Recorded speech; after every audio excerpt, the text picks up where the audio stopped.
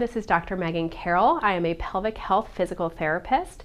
Today we're going to be going over some balance exercises, and you can kind of pick your own adventure with this because there's going to be some that are maybe a little too easy, some that are way too hard.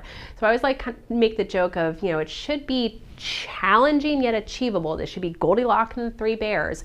Not so hard that you're losing your balance immediately and you can't do it, but not so easy that you just breeze through it and it's not really pushing or challenging you. Your balance is actually really important for your pelvic health and for your pelvic strengthening because those muscles are a part of your postural muscles, your core stability, your balance muscles. All of them work together. So even as you're working on a balance exercise, you are actually activating and strengthening your pelvic floor muscles too. All right, so I'm going to do these next to a chair. If you are using a chair for that safety net balance, make sure it's a strong, sturdy chair. It's not going to tip over. You can certainly do these next to like a kitchen counter, or if you have a hallway, maybe between two walls so you have a hand on either side. Or you can also do these in a corner. So if you have your back in a corner, even if you close the door to do so, then if you lose your balance to either side, you could put your hands out there to help steady yourself. So make sure that you're keeping yourself safe, safety first, but let's go over some good balance exercises. So very, very simple is, can you stand on one foot? Again, I've got this chair here, so if I need to just do some light taps as I need it, or maybe even kind of set my foot down, come back up if I'm gonna lose my balance, but can you hold a single leg balance for 30 seconds? Can you do that on both sides, or are you a little bit more wobbly on one side versus the other? You're not necessarily going to be able to see my feet, so I'll just kind of show you. Can you stand with both feet all the way touching and just stand still? Maybe that, even with your eyes open, is a little bit challenging. You're kind of wobbly with that. So how still can you keep yourself as you're standing with both feet together? If that's fairly easy, can you do it with your eyes closed? So can you stand there with your eyes closed without wobbling all around? If that's also easy, you can maybe stand on a piece of foam or a pillow or folded up blanket or towel. Again, first try that eyes open. How still can you stand? Try that eyes closed. How still can you stand? How wobbly do you get?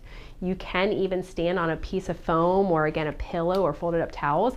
Can you balance on one foot like that? That's really going to make your ankle and your leg work really hard.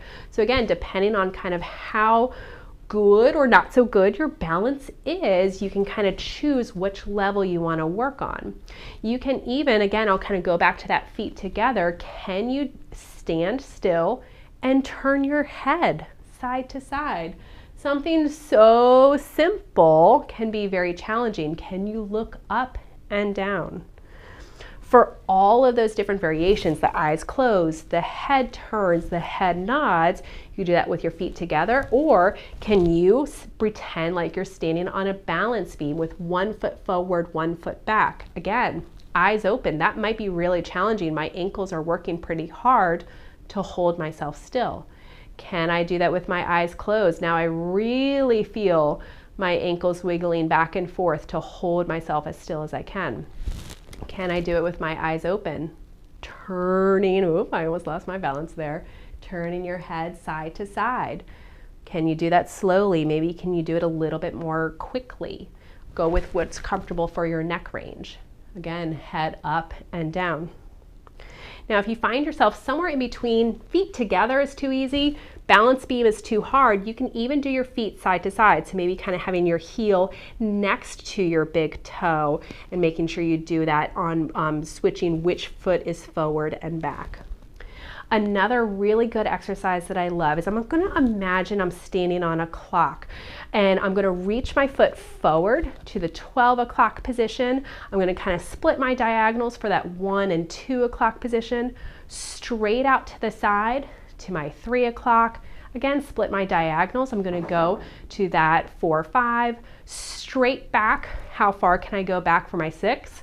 And then really challenging, curtsy squat. How far back can I go for that 7, 8? Again, doing that on both sides, going counterclockwise too. If you can reach really, really far in each direction, that's pretty challenging for that leg that you're standing on.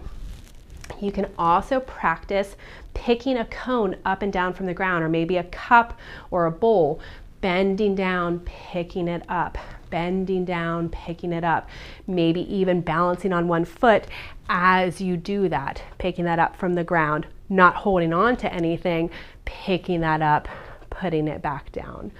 All of those different exercises are very challenging. You can kind of, again, choose your own adventure, make them as challenging or as easy as you want. But again, I'll remind you, safety first, do it in between two walls. Do it standing with your back in a corner or next to a chair. Especially if you're doing something eyes closed, I would recommend having something on either side of you so you can reach out for stability as you need. Hope those are helpful for your balance. Just keep working on it. The more you work on it, the more you can build it. But as with everything, if you don't use it, you lose it. So challenge your balance. That's how you keep it.